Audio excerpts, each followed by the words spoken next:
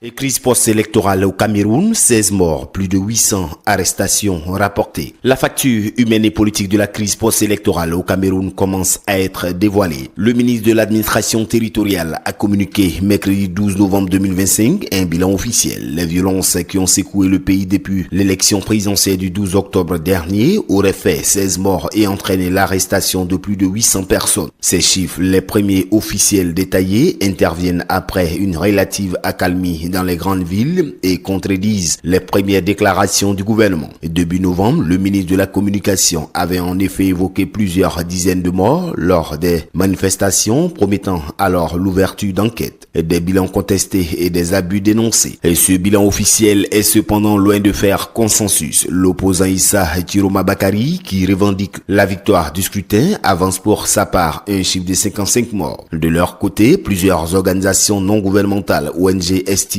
à une quinzaine le nombre de victimes létales et chiffre les interpellations à des milliers de personnes. L'ONG Women Rights Watch HRW dénonce notamment une vague de meurtres et d'arrestations de masse. L'organisation accuse la police et la gendarmerie d'avoir fait un usage d'une force létale contre les manifestants et appelle les autorités à ouvrir des enquêtes indépendantes pour traduire les responsables en justice. HRW critique par ailleurs les sévères restrictions aux libertés d'expression, de réunion et d'association qui auraient précédé le scrutin, officiellement remporté par le président Paul Biya avec 53% des suffrages. Issa Chiroma Bakari refuse toujours de reconnaître cette victoire, maintenant sa revendication de l'élection et exigeant la libération immédiate des détenus politiques. Face à ce ultimatum désormais expiré, le gouvernement continue d'appeler au calme.